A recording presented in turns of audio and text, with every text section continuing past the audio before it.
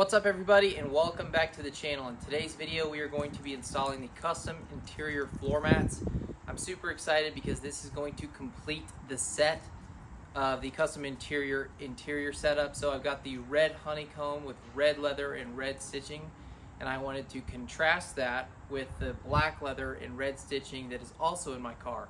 So I'm super pumped. Let's get down to it and install these Kustom Interior leather floor mats.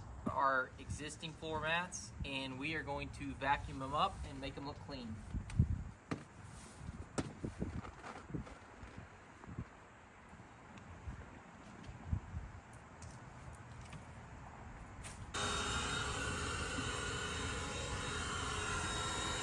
Okay, now's the fun thing. We're going to put in the floor mats.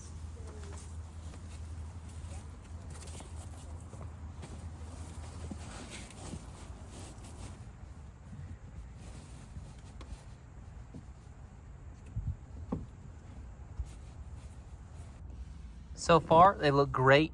We are not 100% finished. The fitment is really good as far as functionality.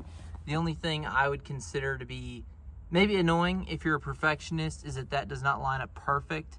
But what we are going to do is we are going to use some furniture nails. I got some black ones here, so that way it doesn't show up as much. But it should look good in the end and keep the rest of our car safe.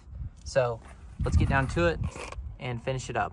Wanted to show you guys the finished outcome on the passenger side. I think the passenger side looks a lot better. I think the fitment's just a little bit better. But here's a look at the furniture nails where I placed them. I think the placement looks pretty good. So I used 3 for each side, kind of the same exact placement, but I think it looks really good. I love how it classes it up more.